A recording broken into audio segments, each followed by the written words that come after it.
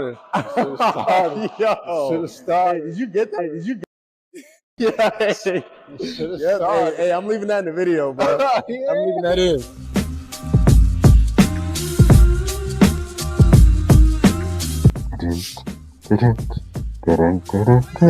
Well, I know. Or I need to send you.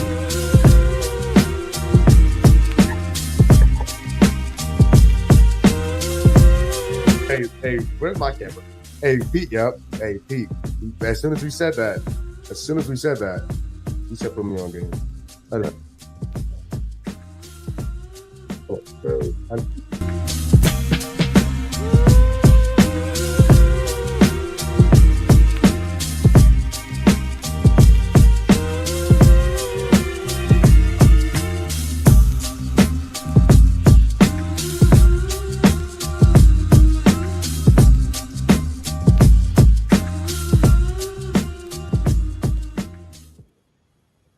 That's cool and all. Did y'all miss me? Hey, listen. It's been a little while. You know, it's been a while since you. Listen, hey, I went and got myself a little cut. You know, it's been a little while. I'm back. We're back, and we're ready to talk some baseball. And you know, of course, well, welcome back to the show where we love, we laugh, we hug, we cry, and we smile. And most importantly, we are positive. And as usual, I am not alone. We have a full show today, bringing in, as always, OG, Unc, experienced man, wise man, triple OG Tone. Yeah. What's the dealio deal? What's happening? And sound a little muffled over there too. Huh? Sound a little muffled. Oh damn, am I muffled? Oh, that's awkward. I pressed the wrong one. I don't know. Maybe. Yeah. There we go. Technology. Technology. There we go. And secondly, we got co-host D-Lo in the building. This man's been off the pod for a week and forgot how to set it. Yeah, a little rusty. Gotta warm the things. Gotta warm the fingers. Hey, and next, I told y'all we got a full show. It's a special moment. Told y'all we got a full show. Third, we got Kev. We got I want to kick him out for this, but I want to kick him out. Yeah, Kev, you got your Cav stuff on. What is and finally, the person we gonna be talking the NFL draft with and nothing else, no basketball. He's back. That's crazy. No basketball today. I didn't even say that. I don't even know why we starting off the show on that tip, man. I could wear a Ravens hat, and that's what it's gonna be, bro. I'm not worried about. We can talk basketball. We can talk the Rockets. We can do it. Oh, I don't want. You know what? I don't want to talk basketball. Here's why. I was gonna say you might not be alone. Because I'm looking at your teams. I'm looking at the Rockets. I'm looking at the Celtics. I'm looking at the Heat, and I'm looking at the Cavs. All of you guys in the playoffs. I don't. I'm trying to look for my team. I haven't found them. The Knicks are your team. Great guy. Look at that. JB. 3-1. Jalen Brunson, just a great guy. First of all, how's everybody doing? Missed y'all. Love y'all. You know what I'm saying? It's been a little while, Everybody you trading Jalen Brunson for Devin Booker? Nah, JB's number two. He ain't really. I'm not even gonna lie. Before we continue, big shout out to Tones and D-Lo holding it down this past week. Facts. B.O.D. Facts. Yeah. Shout out to y'all for holding it down. I was kind of running around like a chicken, but I'm back and I'm ready. Again, I've never lost a debate on this show, and it's that record is never gonna break. So do want to start that out, but. You did lose a bet on this show though, and still ain't done your challenge. Yeah, bet Schmet. I don't recall. That's what I don't recall. Hold on. In all fairness, though, like our debate between the Devin Booker debate, that don't end for like another 6-7 years. So that's to be determined. See, there you go. Y'all go keep Devin Booker forever, but what's that gonna lead y'all to? Hey, it's a championship in my heart. That's what it's leading to. Let's see. Oh yeah, in your heart. Championship in my heart. You know what I'm saying? Hey. And I ain't got a lot of those. I got one. I got two right now. I got the D-backs championship in 2001. I got Larry Fitzgerald spending his entire career a Cardinal, and then I got Devin Booker. So in my heart, I got 3 championships. So Good for you, man. Good What for we you. doing? We're talking about today's games, yesterday's games. yes. We start with the draft, right? Are we really starting with the draft? That's disgusting. No. We'll get to the draft in a little bit. Now, there was some good games today. Let's start with wow, yeah, that was 4 games today. Yeah. Let's Y'all let's start with the start Bucks, man. Damian the Bucks Lillard. most likely out for a year plus. Rumors, reports are that the Bucks fear that Damian Lillard has tore his Achilles. If you don't know, your Achilles obviously right above your foot, right above your heel, and that injury is a 9 to 12 month recovery, at least. And Damian Lillard, obviously being at the age that he is, isn't exactly. I can't imagine him healing any quicker than 9 to 12 months. So I definitely feel for him. This is somebody who's been a very good player in this league for a very long time. And so he's going to miss, one of the crucial years towards the end of his career. D'Lo, you made a comment in our chat a little while ago. I'll let you probably expand on that a little bit, but let's talk about the game for a second. It wasn't very close. The Bucks, the Pacers ran away with it towards the end of the game. I was not expecting this. In fact, you know what? I'll get this out and we'll talk about it here in a little bit. But Kaiser, what was your reaction to the night to the game today and the series so far? Yeah, I called this. I said Indiana's gonna take care of them in 5, just because Milwaukee just don't got enough. Indiana, they showed tonight that their depth and their belief in their system just overrides with whatever Milwaukee got going. And I just see Milwaukee just never had a chance in this game. Indiana led throughout, and every time the Bucks scored, the Pacers scored.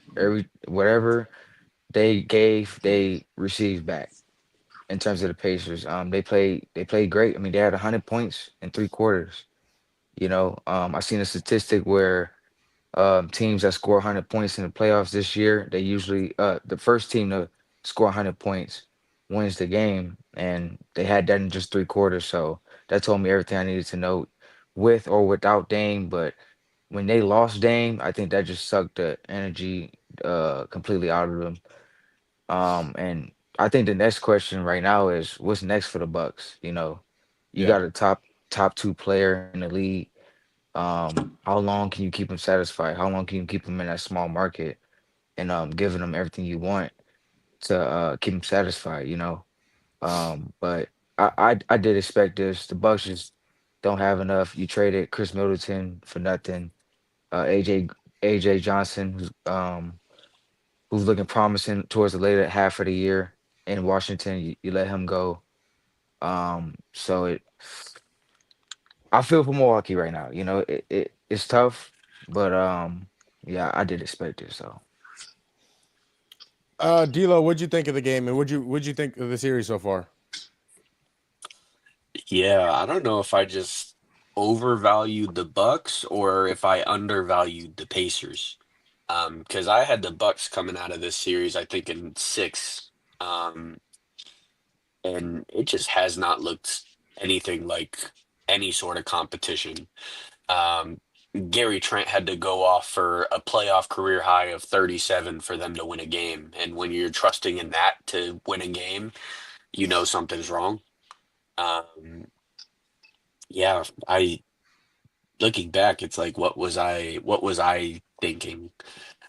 Um, I think this raises a few questions actually, and I'm sure we'll get to them after we talk about the series.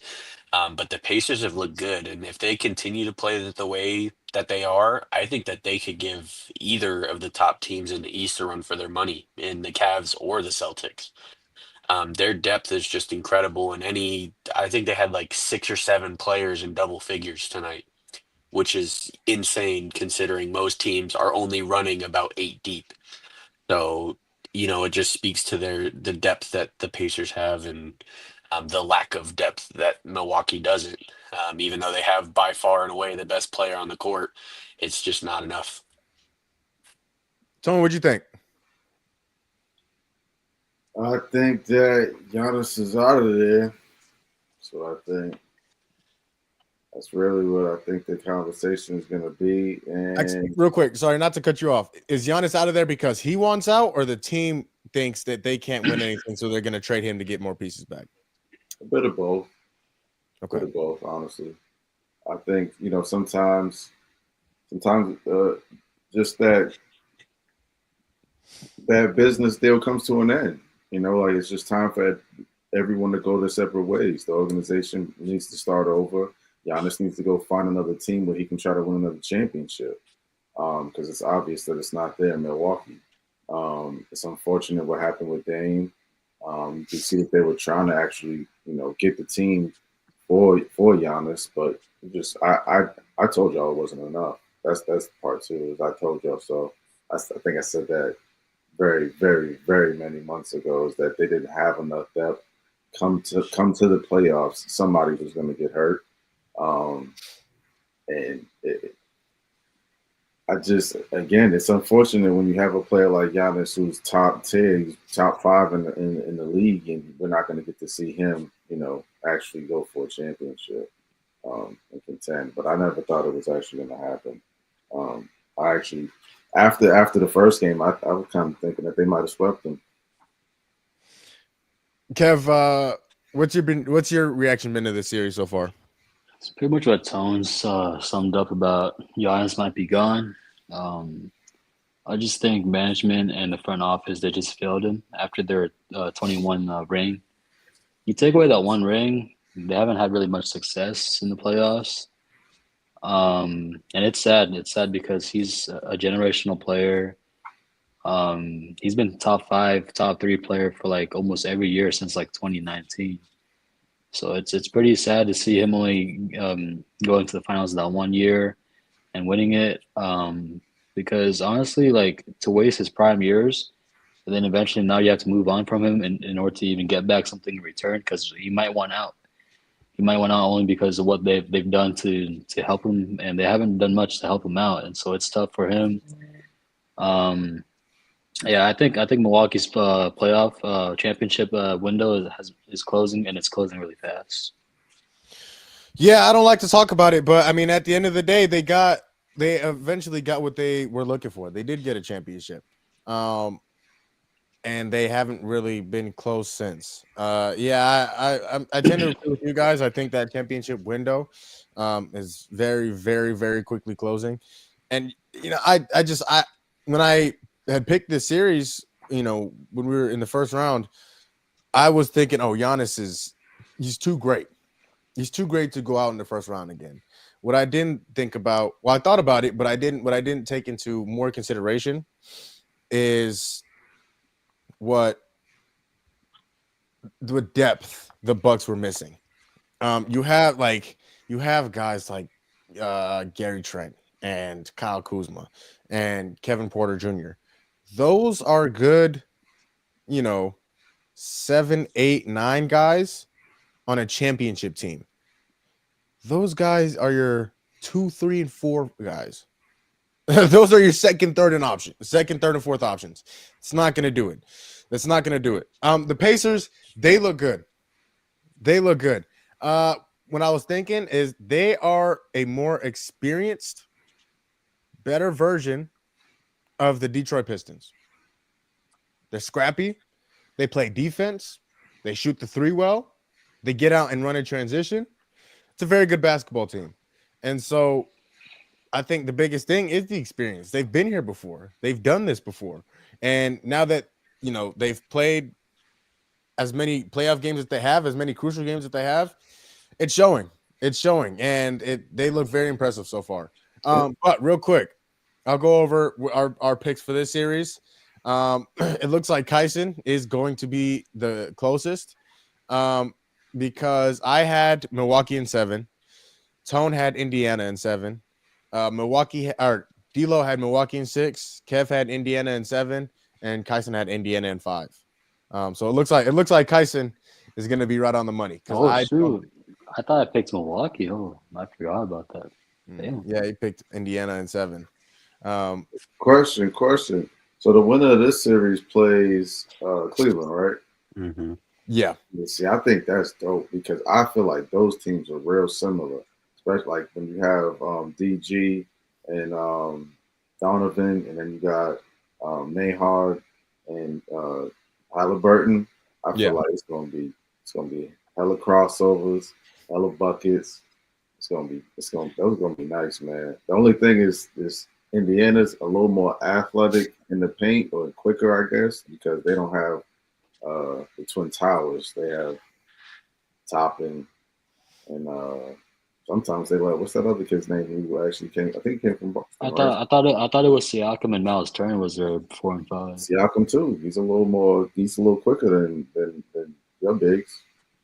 It's gonna be interesting. It's gonna, you know what? The next series we're gonna talk about. Might have to bring John Holiday in. He's in the because he's I don't know if you guys are seeing the comments, but he's letting everybody know that he's the GOAT.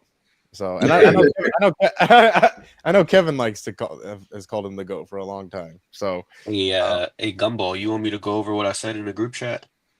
You know what? Yeah, you real quick. Thank you for bringing that up. Yeah, so you said. Obviously, the reports are that Damian Lillard, the Bucks fear that Damian Lillard has torn his Achilles. D'Lo, you said that you believe his career is over.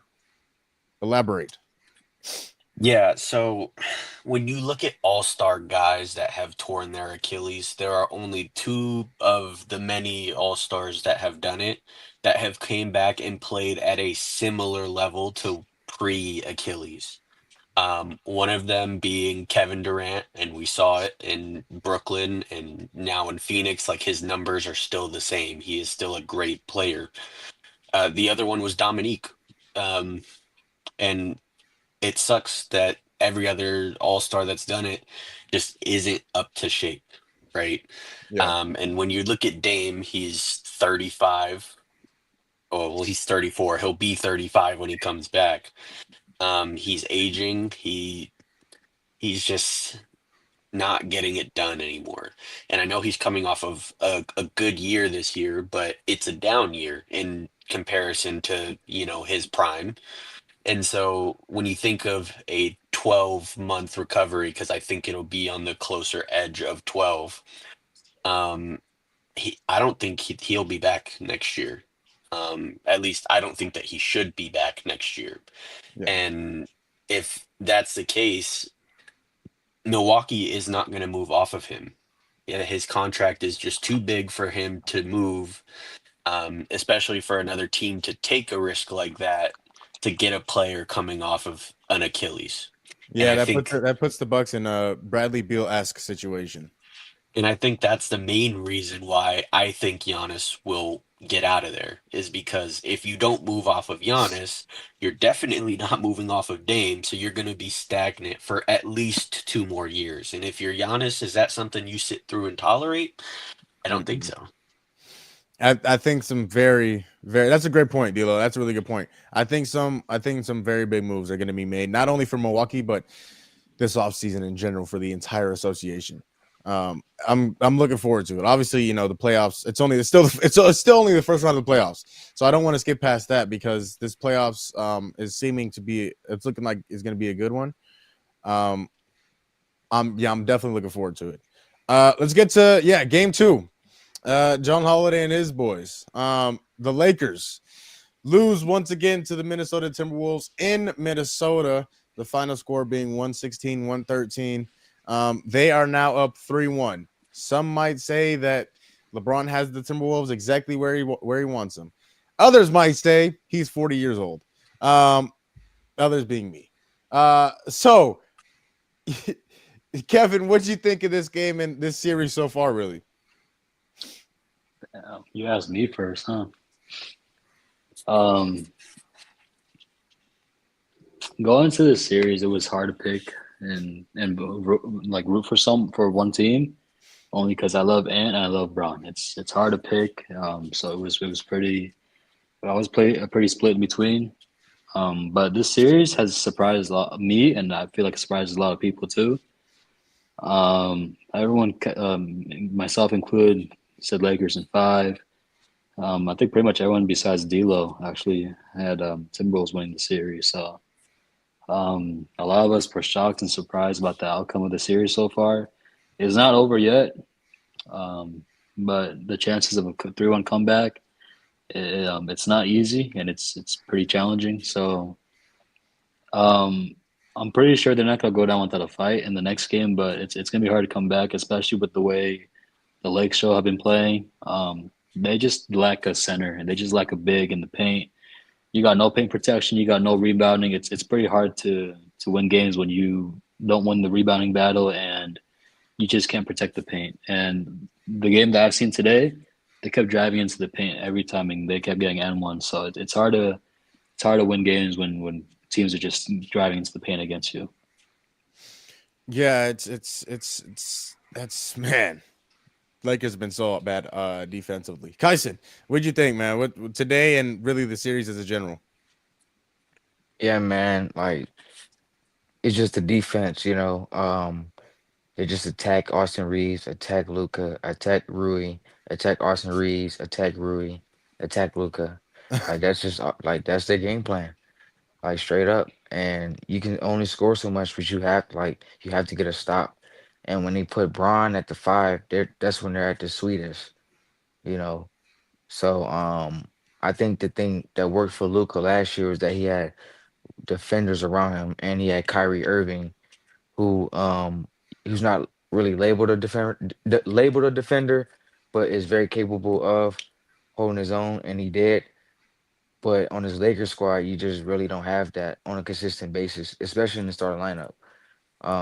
As I said, Reeves, Luca, and Rui equally get the attacking, and then Jackson Hayes isn't much of an interior threat on the defensive side. He fouls quickly. You can't really play him that long. So they just put themselves in predicaments time and time again on defense, and that just wears on you. And to piggyback off what you were saying, Jamal, about big moves being made around the association, I don't know Luca's contract situation. Does he re-sign with the Lakers if they get bounced out first round? You know what I mean? Like this is a huge thing. I think they still is Luka and Bron. I think they can will a game out, force it to six, maybe seven, but it has not looked good. And again, if you get bounced out first round, and if you're Luca, you got forced to LA. You didn't want to go to LA. Do you really want to stay here? And because we're seeing Bron 40 years of age show, Mhm. and it's just unfortunate. Even you got Luca, you still heavily rely on this man to get you whatever he can get you. So I would say it sucks, but it doesn't. I'm loving it. I don't like the Lakers. So Hey, couldn't agree more. I could not agree more. But few things to what you said, Kyson. So yeah, Jackson Hayes, he started this game and he played 4 minutes. So like that just tells you how, like, I don't want to say useless, but useless he's been in this series so Non-factor. far. And his Luka Doncic's contract. So he's on contract next year. Now he is eligible for an extension this year. That's going to be the big question for the Lakers. Do you extend him, and does he want to sign the extension I think I think he will. I don't think if it came down to that, then yeah, there's no doubt he's staying. Is it a player option as well? next year? So after next season. Yeah, yeah. I think if they don't get a extension done this summer, then you might want to raise eyebrows. But I think that's the first thing. Even if they lose in the first round, if it's in the Lakers' hands, they're gonna do it whatever they can to keep a generational star. But I don't know. For Luca, I think he holds the leverage in this situation Yeah. because he already lost millions from Dallas. So he's You not know that taking no discount. exactly.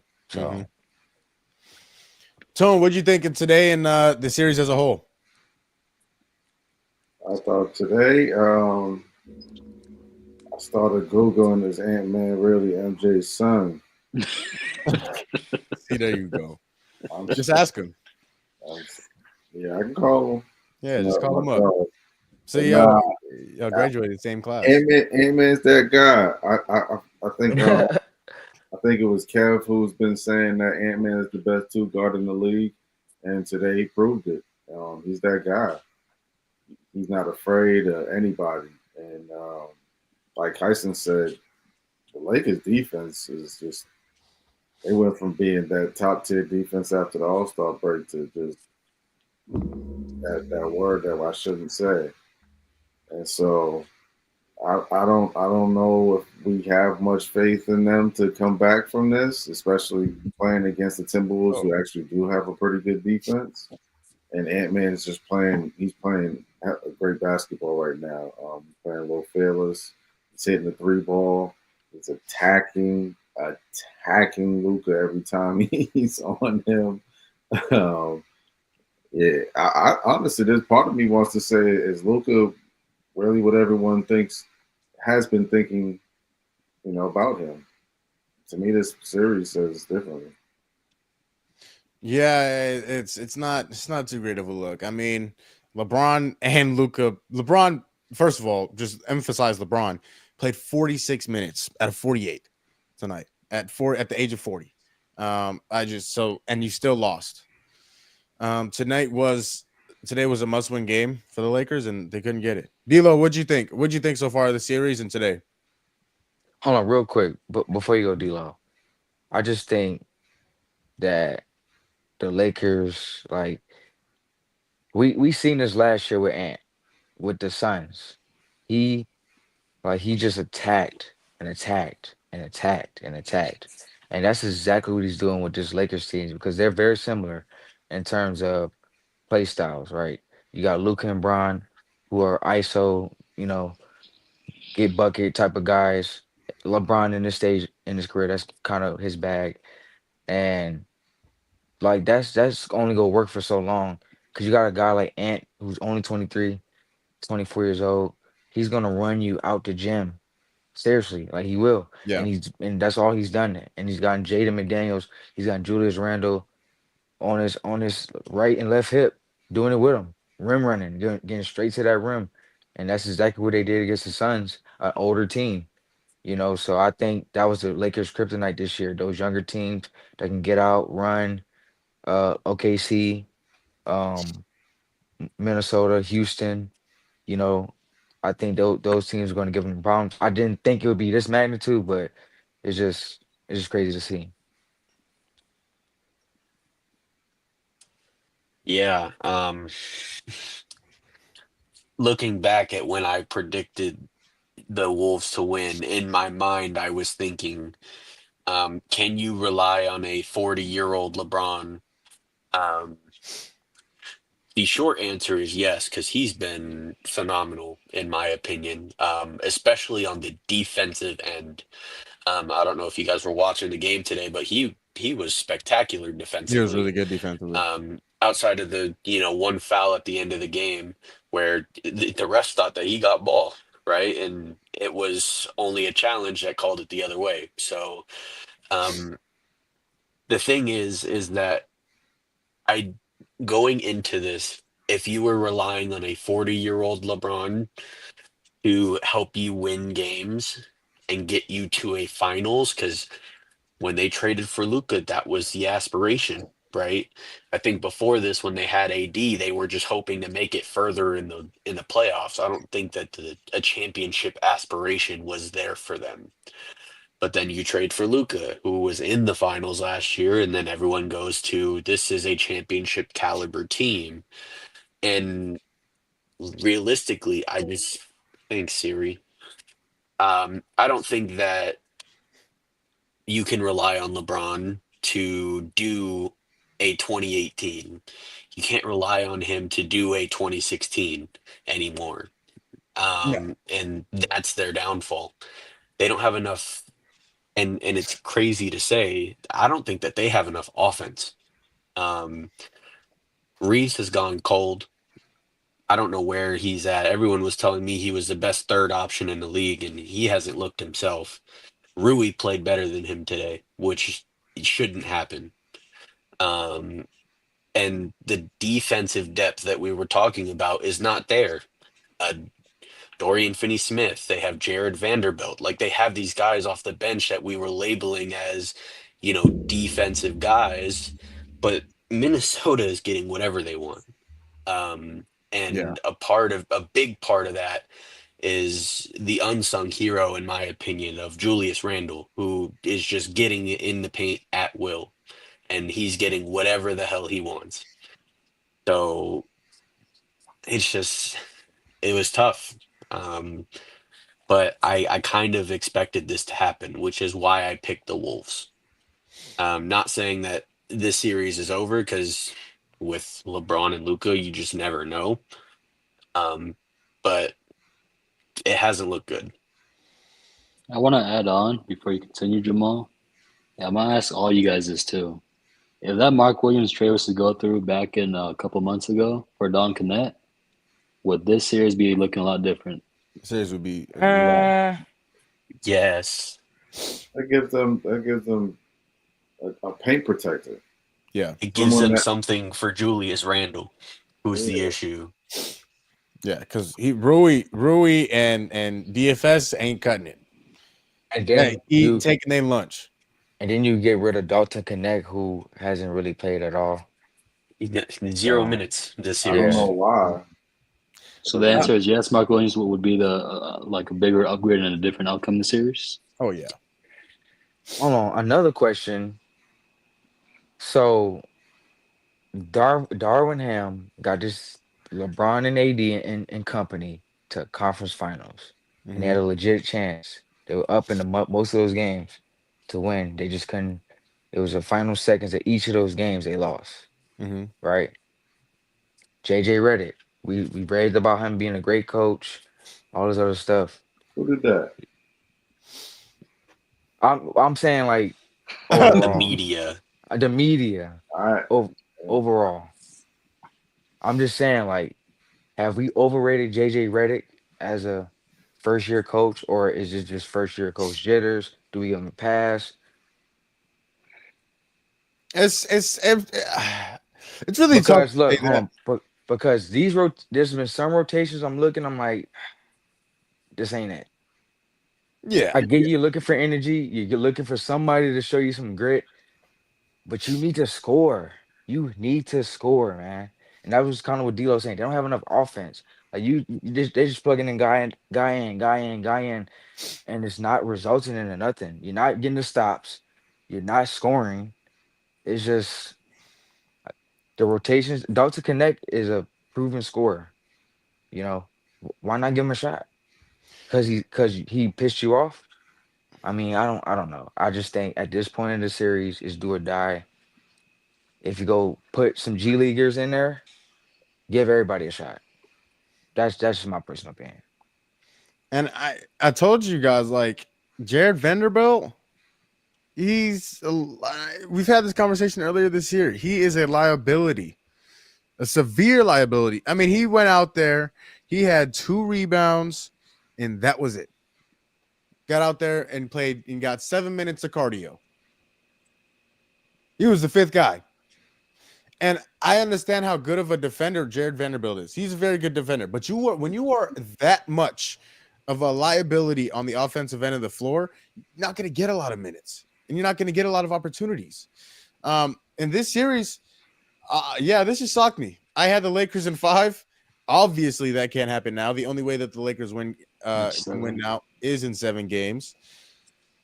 This has shocked me, man. AE has been fantastic. Anthony Edwards has been amazing. LeBron, man, he's been really good. Luka Luka just hasn't shot very well from the field. Is the biggest thing. But he's been Luka. See, the series is over. Over. OVA. What does that even mean? He's Luka, but he hasn't shot well from the field, but he's been Luka. Like that's all Luka is. I mean, he had what 38 today, At 38, but he had 38 on how many and shots? he didn't shoot. I mean, he didn't shoot that well, but he I still mean, and got you a also, plus also 40, Yeah, he in, definitely right? in Luka's he shot defense, about 45%. So it's not Hold on, all. wait. It's not You terrible. you No. said something about Reeves disappearing, and it's gonna kind of tie into what I'm saying with Luca. In basketball, we all done hoop before. Mhm. When you getting attacked and it's obvious, like it's obvious every time you getting a pick, and it's oh snap, it's him again. Like that Yeah. wears on you. Like it don't matter how many points you scoring on the other side.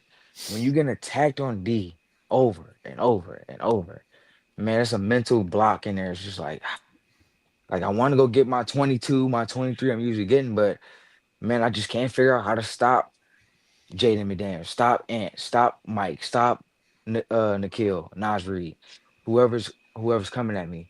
So for Luca, yeah, he can score these points, but how many points are you allowing on the back end? Austin Reeves, he's getting attacked, literally. So is in his head like, dang, like I want to score, and I'm not defending well. It's all mental right now for him. That's the biggest thing. His confidence has waned a Yeah, lot. Um, to the Timberwolves, my biggest worry with them is can they keep it stamina. up? Because they're not going to face the Lakers, who are an awful defensive team the rest of the series. You're going to play a team like Golden State or Houston, who are two ridiculously good defensive teams. You're going to play another team like OKC, who is the best defensive team in the league. You're going to like these teams are going to. Can you keep up?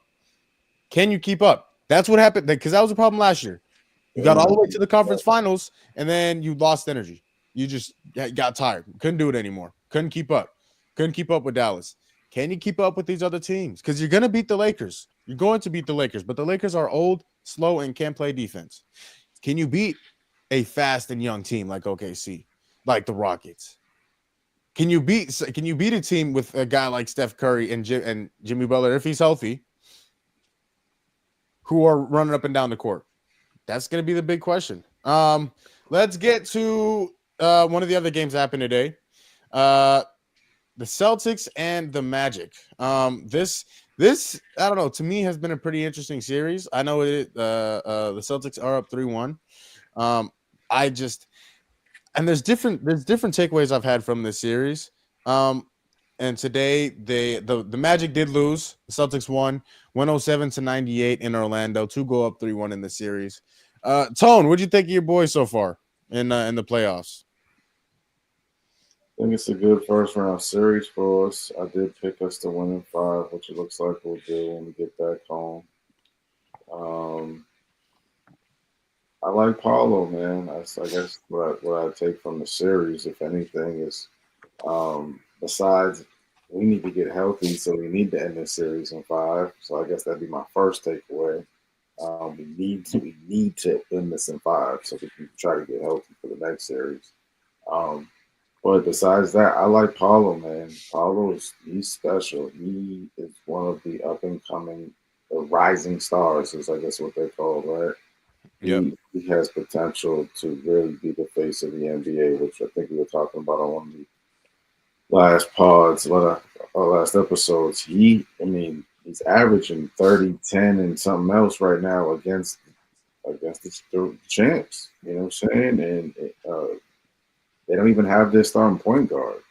And so if they had a consistent guard out there, who knows what he'd be averaging? They'd probably be getting more defensive stops, getting out on the break.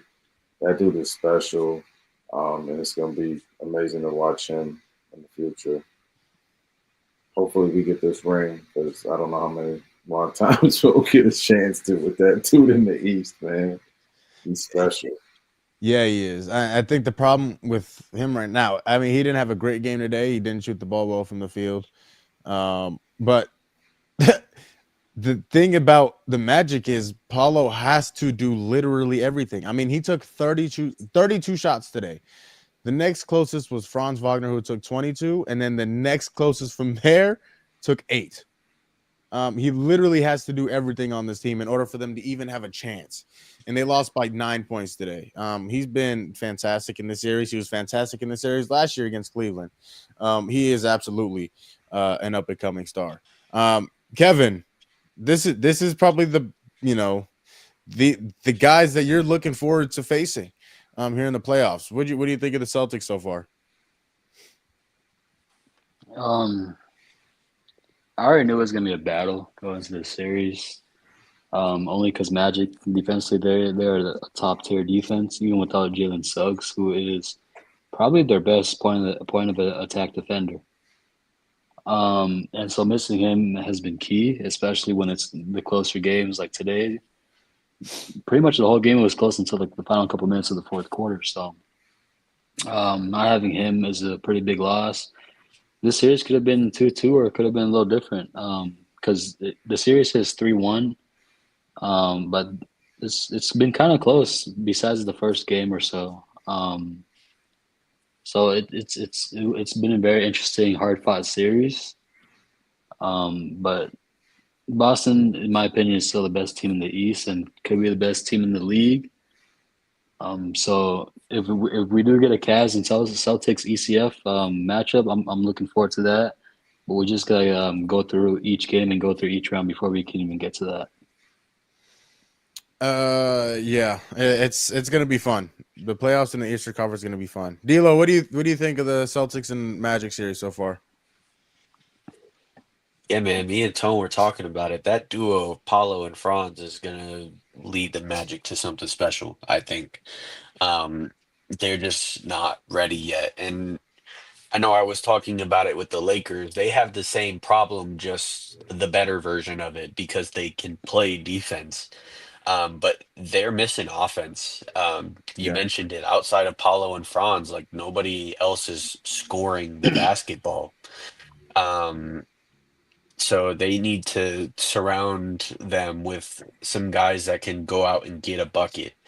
Um, and I don't know if that's necessarily a guy that needs the ball in their hands, like a lot of people have been speculating, like a Trey Young or a LaMelo. I think you just need more shooters in general, some 3 and D guys to surround them so that it opens things up for Paulo and Franz because they like to drive to the basket. Um, but I didn't expect them to put up the fight that they are. I thought that Boston was going to get them out of here today. Um, but when you look at it, dude, they've been phenomenal. But in terms of Boston, I'm really happy with what I'm seeing from JT. We talked about that wrist and how it's a pain tolerance, but it doesn't look like it's bothered him since he came back. I mean, back to back 36 and then 37 today. He's looked amazing. So if they can get healthy, they look unstoppable, just like we all thought they would.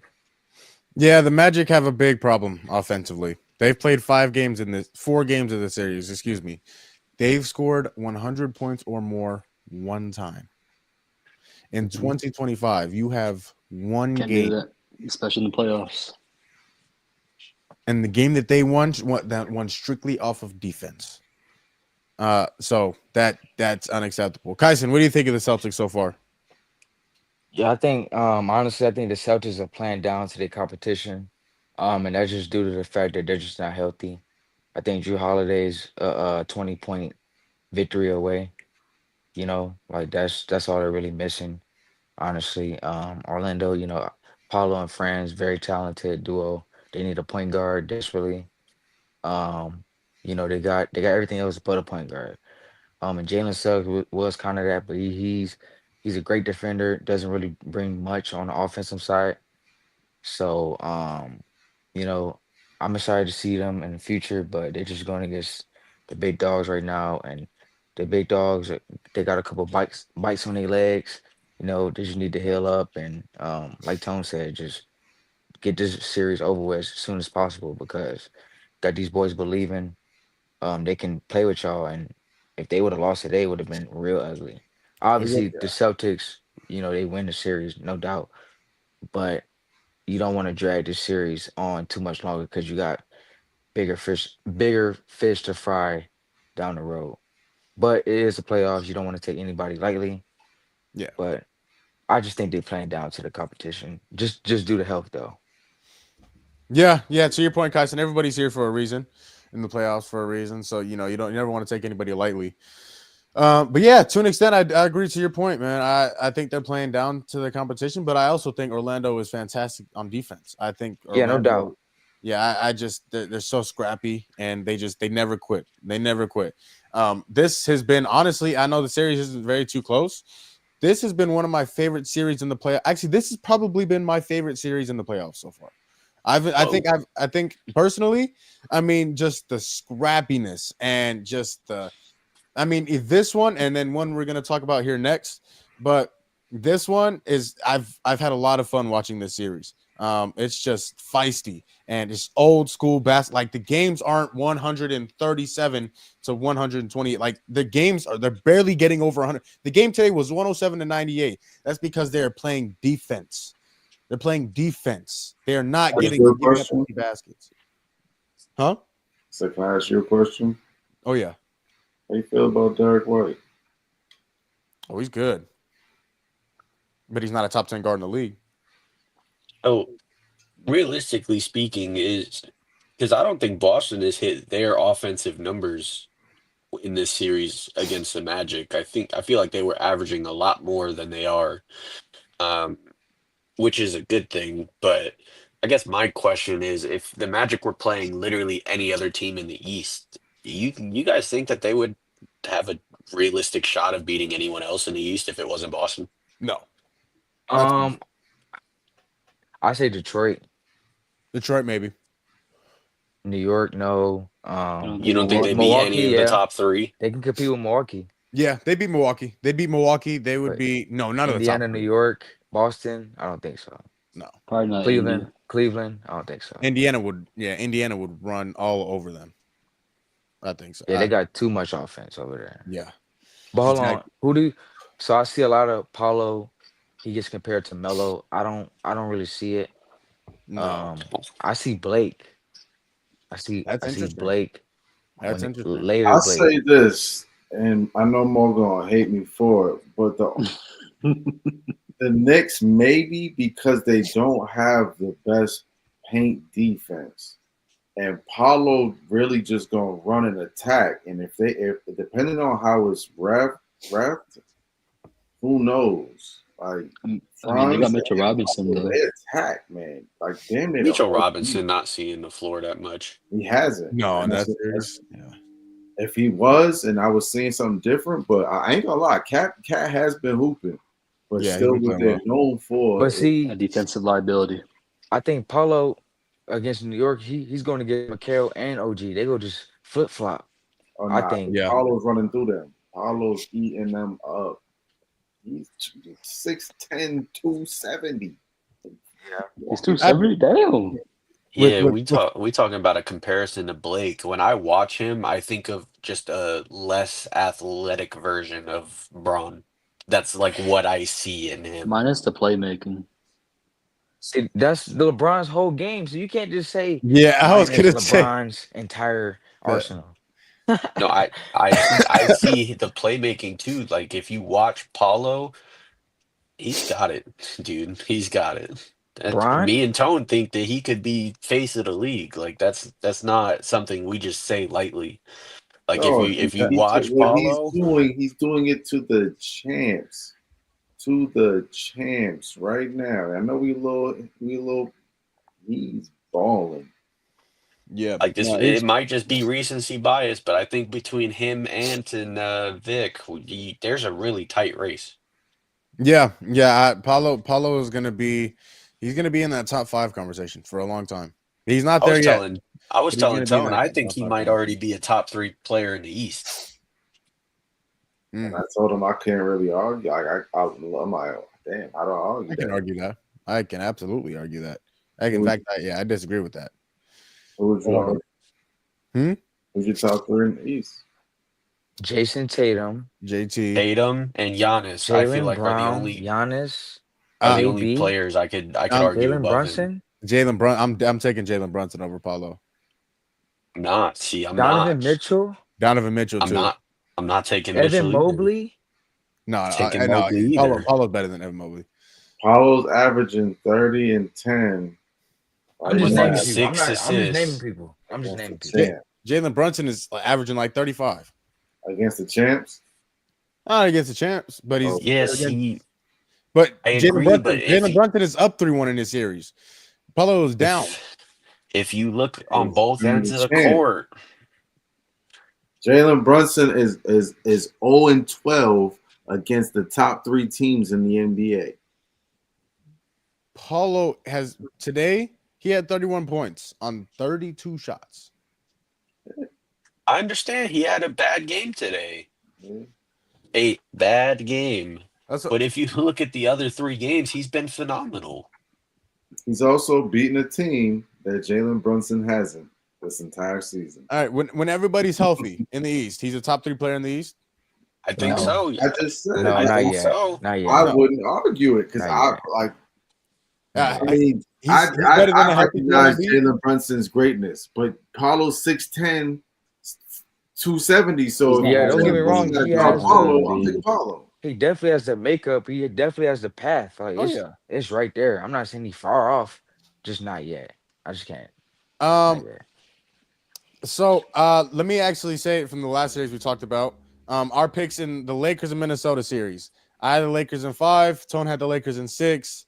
D-Lo had Minnesota in 6. Kev had Lakers in 5. Kyson had Lakers in 6. D-Lo is most likely going to win that series. And for Boston Orlando, I had Boston in 6. Tone had Boston in 5. D-Lo, Kev, and Kyson all had Boston sweeping. Now it's between Tone and I for who's going to win that series. Who's going to win that series? If Orlando gets one more, I love the way Orlando plays. I love the scrappiness they play with. I love how hard they play. That's really why I enjoy this series. It's because they play so hard. And I mean, today the Celtics really had to earn. I mean, literally a third of their points came from the free throw line today. So that just tells you how hard the Celtics or the Magic are making the Celtics work. Like Tone said, the champs. And so that's not an easy job to do. Lastly, for the games of today, at least, my favorite series so far, the Pistons and the Knicks.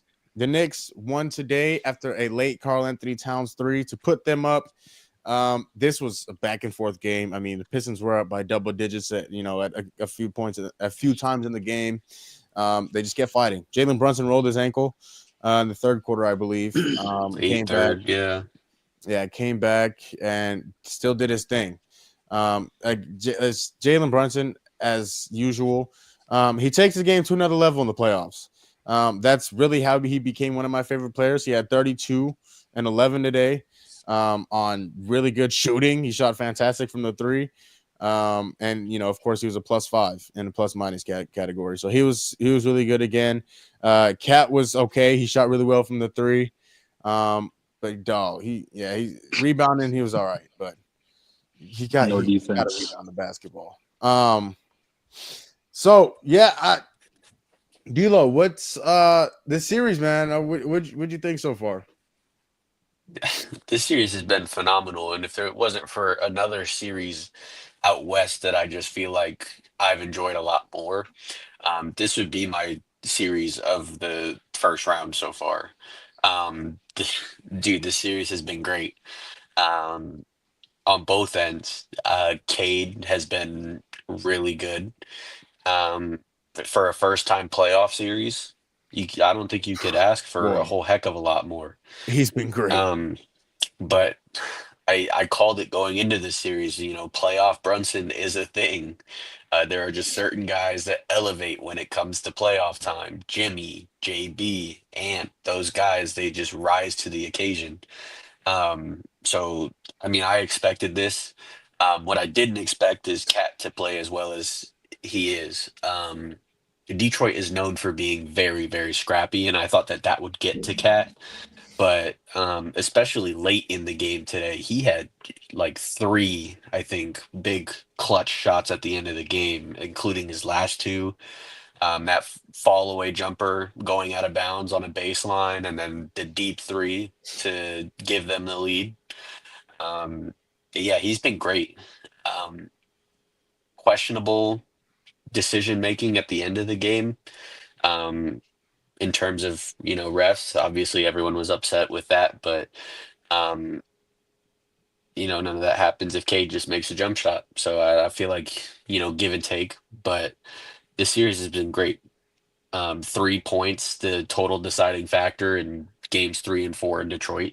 I mean, you can't ask for much better. Costa, what you think of the series so far?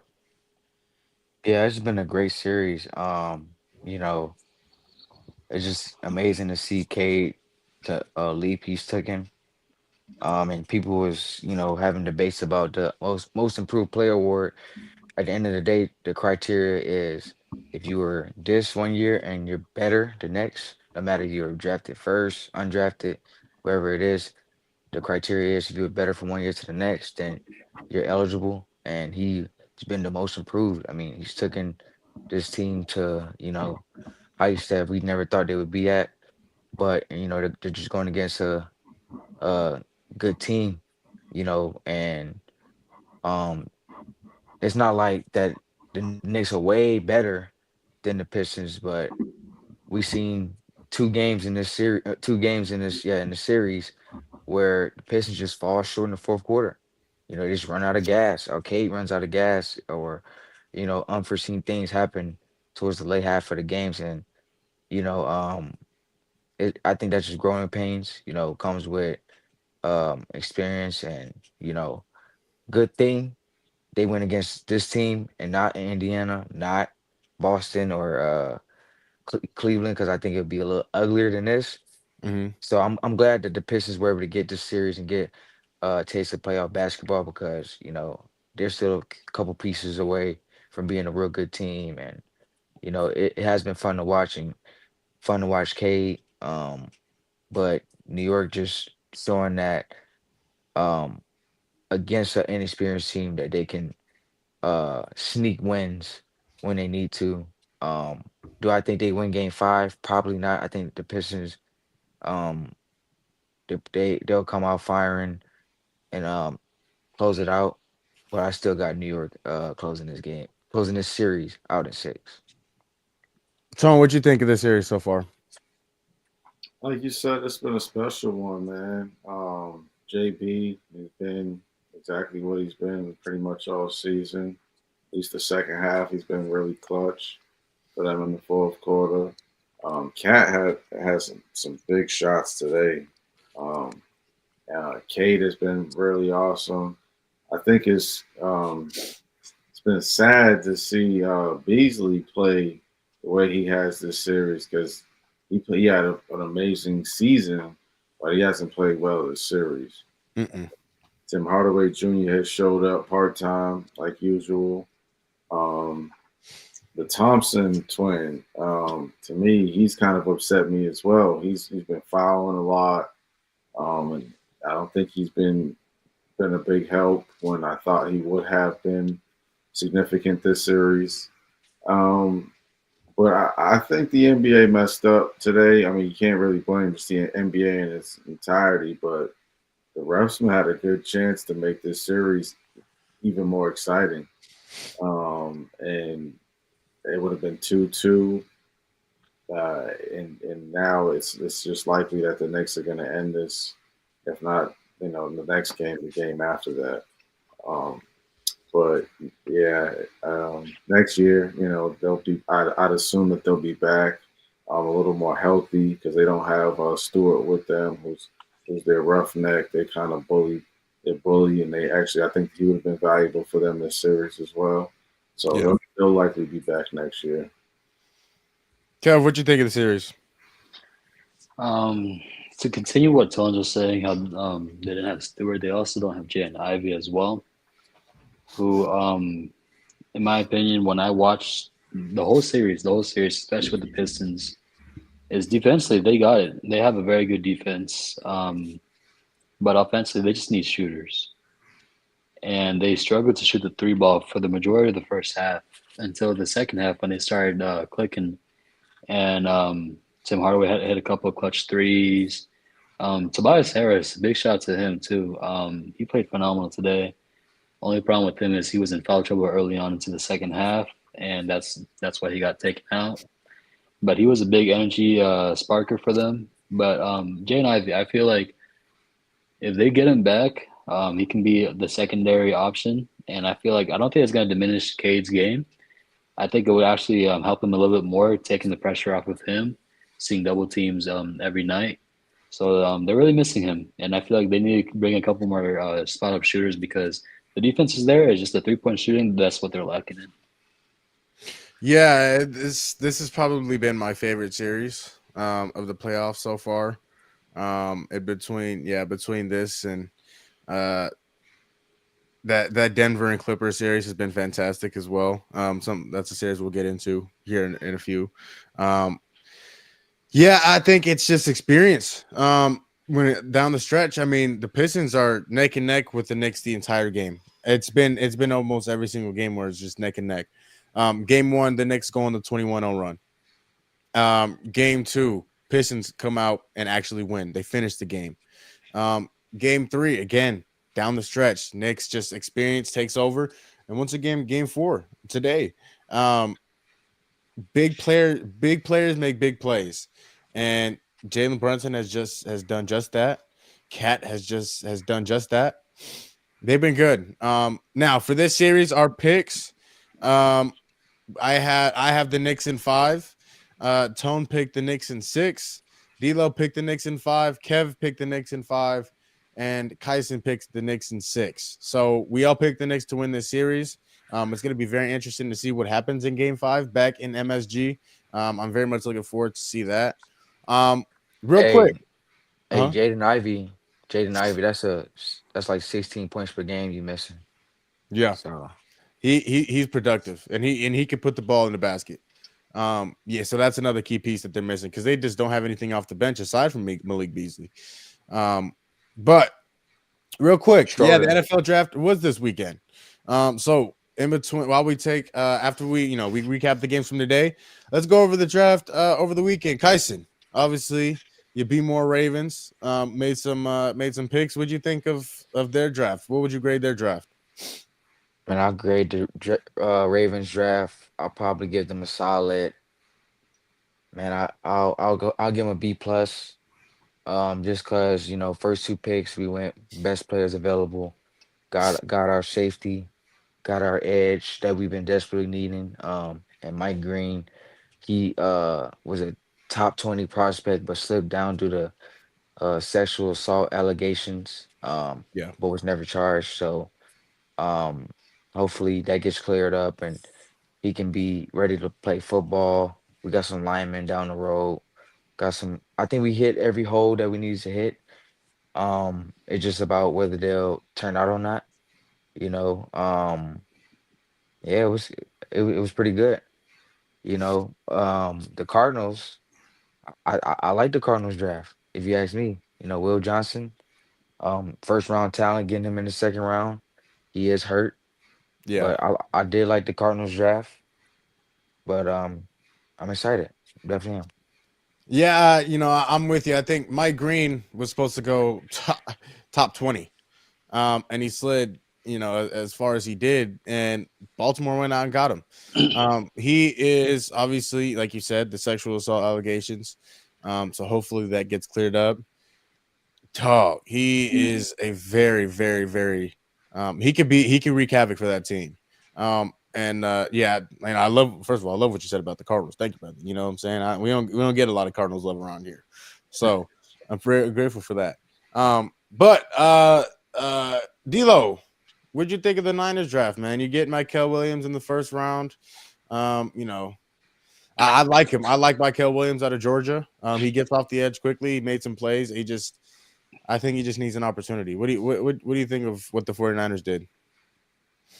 I give it a C at best. And listen, I was telling Tone the other day, 3 of our first 4 picks were all defensive linemen. It's like if you watch the Niners, I don't think that that was the need at all, actually. Um, they needed to work on the secondary and in particular the cornerback room because as everyone knows, Charvarius Ward is now in Indianapolis. We're running Love with to see that. Lenore as our first cornerback. And Jamal already has his doubts about Lenore already. Yeah, I think not a he big could fan. be a good cornerback too. I don't know if he could be a great cornerback one. And I feel like we needed to address that, and we didn't. Um, there's been rumors of Ayuk getting traded. So can Jawan Jennings and Ricky Pearsall be our 1 and 2? I don't think so. I feel like we needed to go out and get a receiver. There has been a lot of issues with the offensive line. Trent Williams is getting older. The other Mhm. half of the line is just really not that great. I feel like we should have went after some offensive linemen, and we didn't until the 7th round of the draft. I think our last pick was an offensive lineman. So it's like I like the guys that we got. I think Michael will be a great edge to pair with Nick Bosa. They got 2 beefy interior linemen. I like it, but it's not what we needed. I think that we could have plugged and got those players enough to where I don't think that that was ever our problem. Our line has been great for years. The linebacker room has been great for years, although we lost Dre Greenlaw, right? I feel like there were holes that we needed to fill, and we didn't fill them um, as we should have. So while I think that the pieces that we picked were great, it didn't solve the issues that we have. So, I mean, only time will tell. Maybe I'll flip my mind once I see them all on the field. But for right now, like I don't have a reason to get excited over our draft. Yeah, I listen. I told you I love Michael Williams. Coming out of the draft, I think he's really quick off the edge. He's big. He's a big dude. You know, I think 6'4", 6'5", 270. He's a big, fast guy coming off the edge. Yeah. What you said about Lenore, I like. I'm not a very big fan. I think he's too handsy. I think he gets very handsy at times, in which leads him to getting burned. Um, and he's easily baited. So I think a corner was definitely needed, especially after losing Charvarius Ward, who is, in my opinion, one of the best corners in the NFL. He goes to Indy.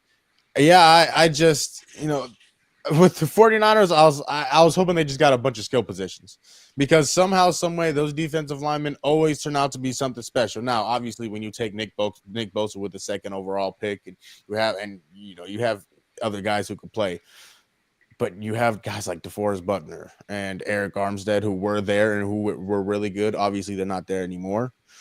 The 49ers usually get guys like that, those later round, third, fourth round draft picks, and fit them in, and they just somehow are just amazing. So it's Yeah, going to be interesting to see.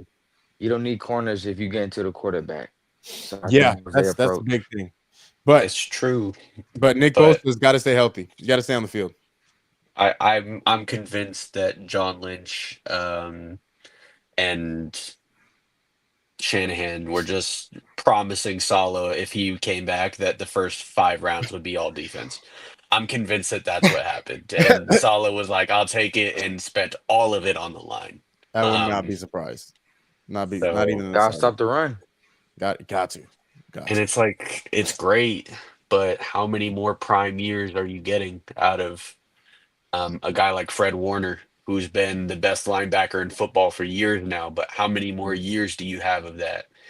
Um, Bosa has been in and out, injury riddled. How many more years do you have of that? Right. So it's like I Working. understand filling positions like that, but I also understand that there were other holes that needed to be patched, and I don't think that we did that. Yeah, it's gonna be interesting to see. Kev, what'd you think about your boys, man? The Pats, obviously, you have the fourth overall pick. Take the big tackle out of LSU, Will Campbell, much needed on that offensive line. And then you take one of my boys, man, my Buckeyes, Travion Henderson, one of my favorite Buckeyes of all time. He was just so good for us. He was so very good out of the backfield, had the top end speed, catch the Pause. ball out of the backfield. What do you mean Um, us? huh? What do you mean us, bro? What do You you from mean? Arizona. I'm a Buckeye fan. You are a Arizona State fan or Oh no! University of Arizona Oh! fan, bro. Ohio State Buckeyes. That is the What? team I root. ASU's number 2. Ohio State number 1. What's up with this dude? Ohio State is my team. I remember I've never heard 10, 11, this. 10, 11 years old watching Terrell Pryor fly around the field. Man, yeah, that's my dog, man. Go Buckeyes, national champions. Wow. 2025 national champions. I see your game, Jamal. I see how you rock. Anywho, Kevin. No, yeah, that's you know what that's a different story for another day. But no, you went out and got another running back to go, to play behind Ramondre Stevenson, Travion Henderson. Yeah, great. He's such a good player for the Buckeyes for a while. So, what'd you think of what the Pats did in the draft? What would you grade their draft? I mean, Tones is also a Patriots fan too. I don't know why it's just me that's getting called out for. Well, I got another question for Tone. I got another question for Tone. See, there you go. How about you speak when spoken to, boy? No, I'm just kidding. Okay. Wow. Not bad. Just it's a little racist. Wow. There was a little racist undertone of that? A little bit. About to get canceled, man. See, there you go. See, now I got it. Edit that out. I got it. Am I choppy or am I lagging or am I good? No, you good. You No, good. you're Very good. Because the whole time it was just cutting off from all you guys talking. So I'm like, maybe it's just me that's getting choppy right now. I'm here to support you, Kev. What happened? I'm here to support you. Share your feelings. There you go. Yeah, hey, Kaiser, you talking to me. Kevin's a Patriots fan and don't even know where New England is. It's in Massachusetts, bro. You just found that out 2 weeks ago. He knows that's where I'm from. That's you know what I'm saying. That's all you need to know. I'm not trying to hear none of that. Ohio, see, there bro, you go. You a Rockets fan. How you gonna see, tell and a Ravens fan? First of all, right? I'm a Rockets fan. I used to stay 4 hours away from Houston. Okay, so that's valid. I've been to Houston plenty of times, plenty. Okay. Second off, Ravens. I used to be a Saints fan. I'm from Louisiana. I ain't fuck with the Saints no more. Excuse my language. I ain't mess with the Saints no more. Nah, they So suck. I went to a team that I actually like to watch. You know what I'm saying? Yeah. But you consistent with the Arizona edge because you from Arizona. Yeah. The Cardinals, D-back, Suns. You might as well root for ASU. I do. It I makes do. sense. I do root for ASU. You root for the Chiefs too, and he ain't never You root been. for you root for the Chiefs and you root for the winners. That's Okay. what I'm. That's No. what I'm keeping. Cap. Because Ohio State was the first college football team I've ever watched, and I fell in love with them. Okay. So that's the reason why I'm a Buckeyes fan. Like I said, 9, 10, 11 years old watching Terrell Pryor play quarterback for the Ohio State Buckeyes. I was like, oh, he's fun to watch. How can I watch him again? Like that was my dog. And so, and of course, ASU. I'm always gonna root for ASU. But that's honestly why I'm a Buckeyes fan. I fell in, Terrell Pryor. I fell in love with watching him play. But my bad, Kev. I forgot. I just wanted to see if you knew where New England was. But go ahead. What would you grade the Pats draft? You're asking the guy if he knows where the states are at, but okay.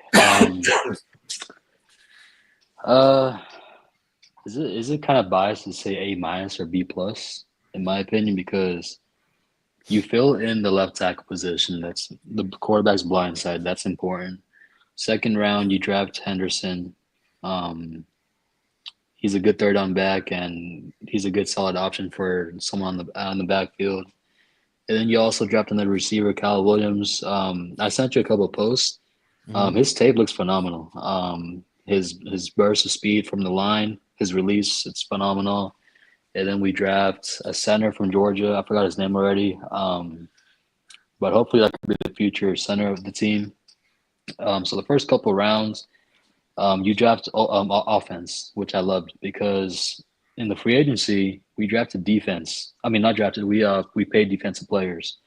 And so that was huge, filling up the defensive side of the ball. And offensively, we were drafting a bunch of offensive players. So I love that too. And then in the later rounds, we dropped a couple pass rushers, and then we drafted the safety.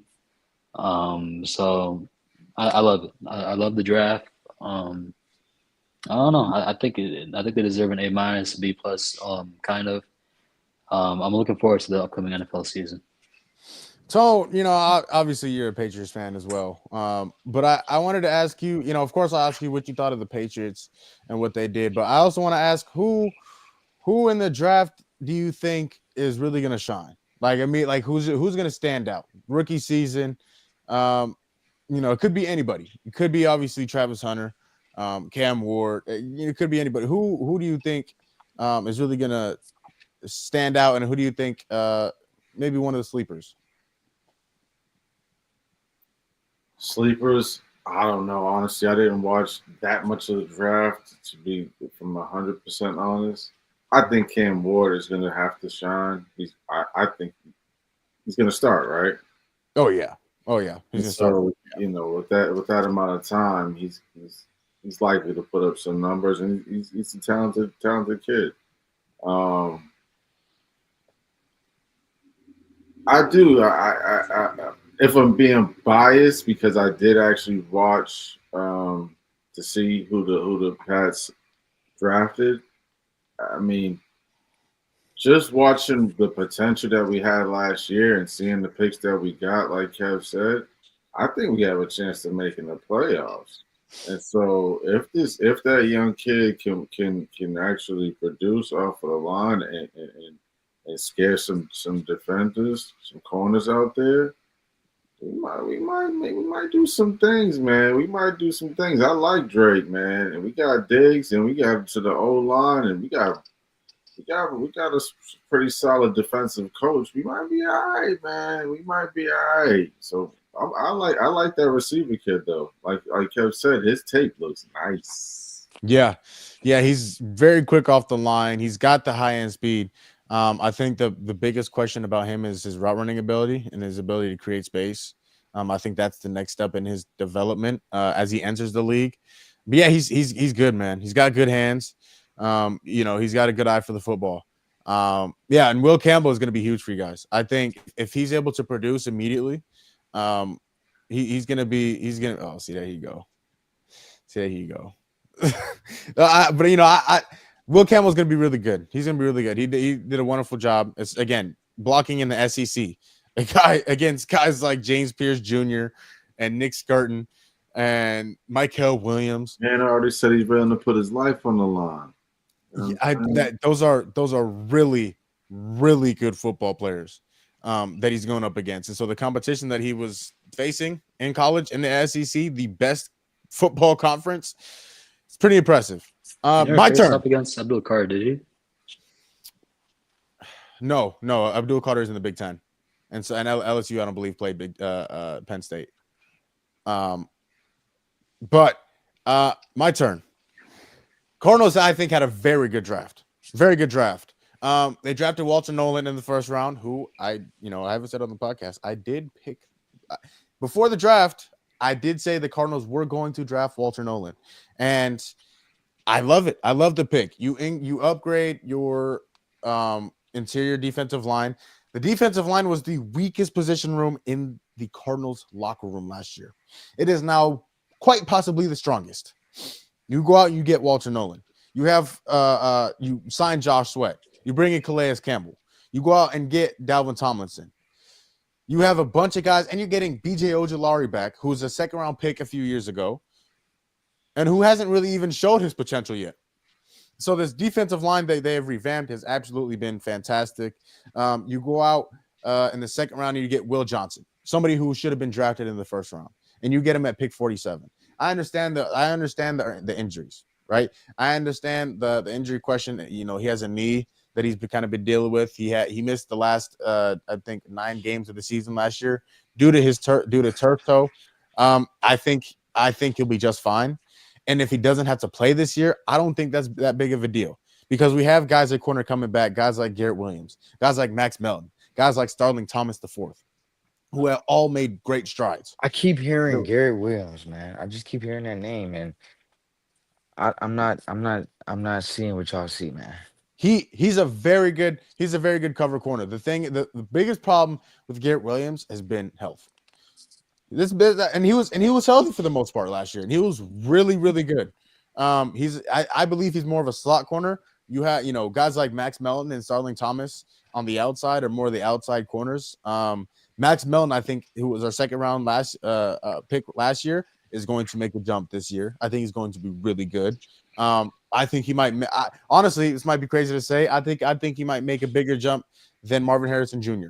next year. And that's saying a lot from what Marvin Harrison Jr. did.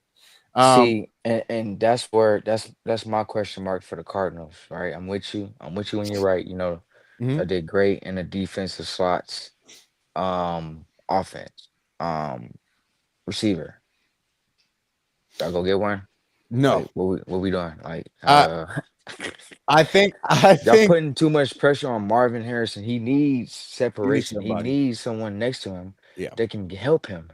I mean, you Well, gotta I take think a that's the drag. question. I I think think the question is Kyler.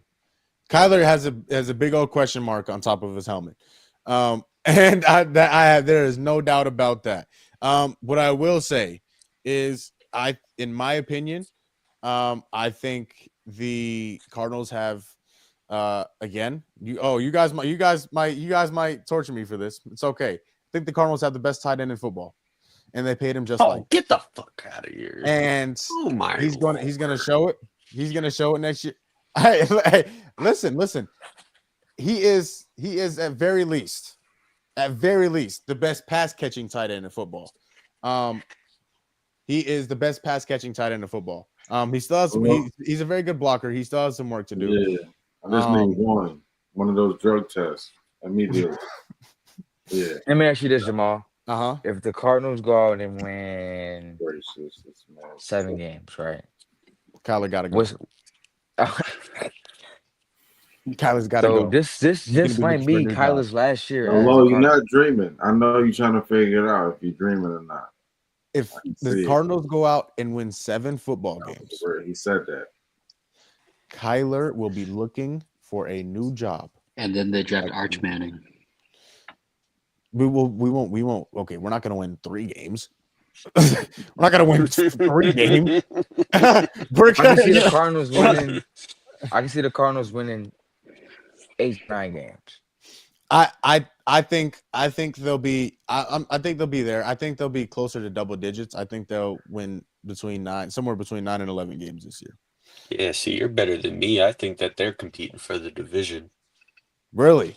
And the NFC West right now, and the Rams have gotten better. That's the only thing. Honestly, I'm not worried about the Seahawks. If you have Sam Darnold at your quarterback and they have nobody to block for him, they have nobody to block for him. I would not be surprised if Jalen Milroe is the quarterback by. What is the Cardinals offense? I'm a Cardinals on my 3rd favorite team. You know what I'm saying? So if they go to the Super Bowl, I'm at the parade for sure. Right. What are I'm not. What are the Cardinals doing on offense? Give it to James Conner 6, 7 times. All right, now let's throw it. Yeah, that's no one's open. What it is. Now, but that's the offense. That's because we've been the third. 2 years ago, we were the 3rd best rushing team in the league. This past year, we were the 2nd best rushing team in the league. We can run the football. The problem is throwing the football. Now, again, I don't want to say it's a problem.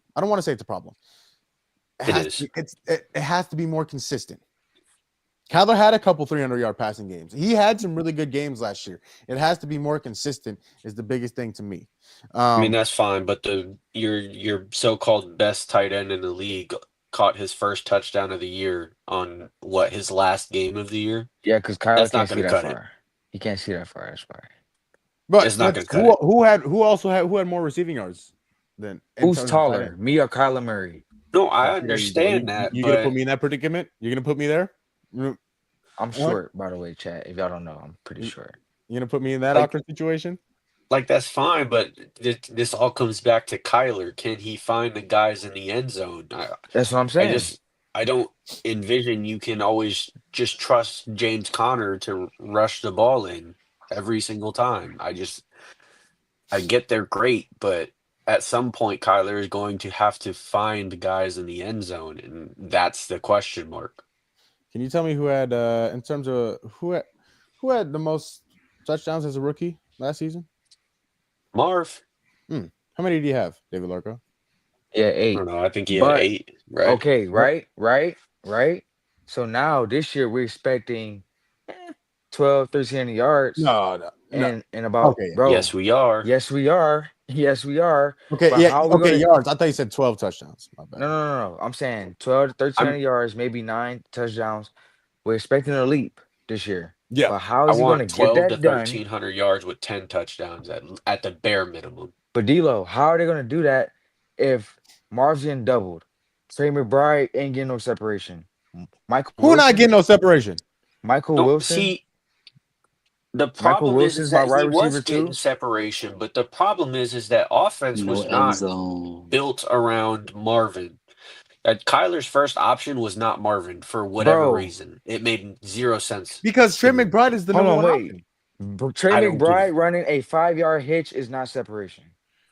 He had the second most yards as a tight end last Cause year. he getting that hole, he I running. I He not understand, he's not but routing nobody up, catching a 15-yard post, boop, and then taking it for another 20. He's The getting a only, the 6-yard only, pass, the making only it tight end, 20-30. the only tight end in the league that even showed that last year was Brock Bowers. That's my point I'm trying to Jamal. make to you, Jamal. You need someone else to create separation out there so Marv can get some freedom. I, That's all I, I'm I, saying. I'm not arguing at that point. I think the Cardinals need to go out and sign. Personally, I want Amari Cooper. If they can go out and sign Yeah, Amari Cooper, 100%. that would be 100%. that'd be golden. Yeah, But for sure. Again, But Jamal, hold on, going back to wait. it. This Why are we getting Amari Cooper? Do we really believe in Kyler that much to get him Amari Cooper at this point? here's the thing: it's not at this point. It's not even how much we believe in him. It's here. All my chips on the table. You have weapons. You have Marvin Harrison Jr. in his second year of the league. You have Amari Cooper, who is a proven veteran. You have Trey McBride, who's one of the best tight ends in the league, if not the best tight end in the league. And you have a good offensive line and a good running game. All my chips are on the table. What are you going to do? Are you going to fold? Are you going to play?